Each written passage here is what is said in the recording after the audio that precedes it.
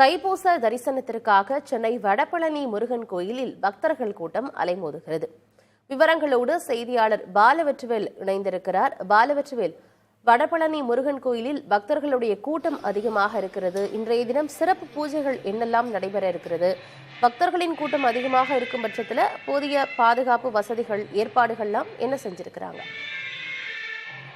ஆனந்தி, தைப்பூச விழாவை முன்னிட்டு வடபழனி ஆண்டவர் கோவிலில் பக்தர்கள் கூட்டம் அலைமோதுகிறது.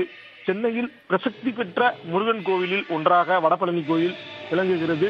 தைப்பூச நாள், சூரசம்ஹாரம் உள்ளிட்ட அந்த கந்தசஷ்டி விழாக்கள்ல பொதுமக்கள் கூட்டம் எப்போதும் அதிகமாக இருக்கும். அதே போன்று இன்று அதிகாலை 4 மணி முதல் நடை திறக்கப்பட்ட உடனிலிருந்து பக்தர்கள் ஆயிரக்கணக்கானோர் கோயிலின் வாசல் முன்பு குவிந்தனர்.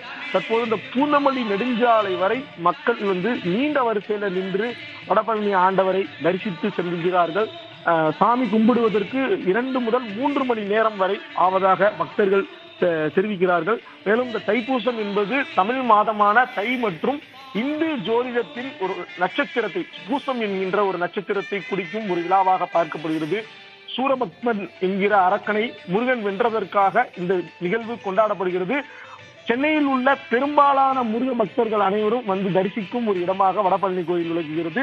இன்று காலையில் இருந்து தொடங்கி இன்று முழுவதுமேயே வடபழனி கோவிலில் சிறப்பு பூஜைகள் நடைபெற உள்ளது. இதற்கான ஏற்பாடுகள் கோவில் நிர்வாகம் செய்திருக்கிறார்கள். இந்து சமய அறநிலையத்துறையின் சார்பாக மேற்கொள்ளப்பட்டிருக்கிறது. பக்தர்களுடைய வருகையை கட்டுப்படுத்துவதற்காக 50க்கும் மேற்பட்ட காவலர்கள் நிறுத்தி வைக்கப்பட்டிருக்கிறார்கள். வடபழனி கோவிலை சுற்றியுள்ள 10க்கும் மேற்பட்ட தெருக்களில் வாகனங்கள் உள்ளே செல்வதற்கு அனுமதி இல்லாத ஒரு நிலை இருக்கிறது. ஏன்னா எல்லாமே குறுகிய ஒரு தெருக்களாக இருப்பதால் போக்குவரத்து நெரிசல் ஏற்படும் என்கின்ற ஒரு காரணத்தை ஒட்டி கோவிலில் இருந்து 250 மீட்டருக்கு முன்பாகவே வாகனங்கள் நிறுத்தி வைக்கப்படுகின்றன. மேலும் பக்தர்கள் உள்ளே வந்து செல்வதற்காக அவர்களுக்கு கவுண்டர்கள், சிறப்பு கவுண்டர்களும் அமைக்கப்பட்டிருக்கிறது. கட்டண தரிசனமும் வழங்கப்பட்டு வருகிறது.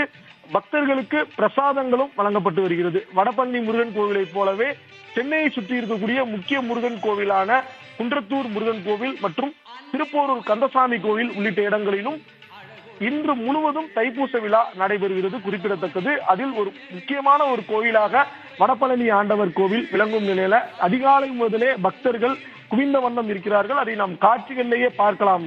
ஆனந்தி, தகவல்களுக்கு நன்றி பாலவெற்றிவேல்.